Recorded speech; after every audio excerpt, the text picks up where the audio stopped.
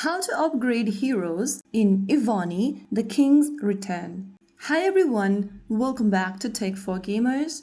If you are on Evony and wondering how to upgrade your heroes the right way, then here is how you do it. First of all, launch open the Evony application on your device, and once you're inside the home page of Evony, go ahead and click on the three dots at the bottom right corner and select Generals from the pop-up.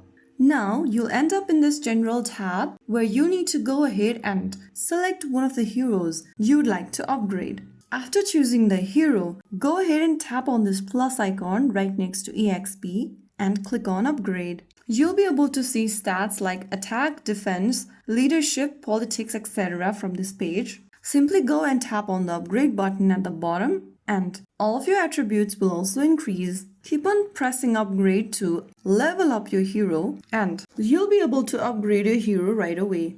Go ahead and keep selecting the heroes you want to upgrade and click the upgrade button in order to level them up. Once your hero reaches the maximum level, you'll get to upgrade the Monarch level where you need to go ahead and use the Monarch experience. You can select the number you want to use and there you go.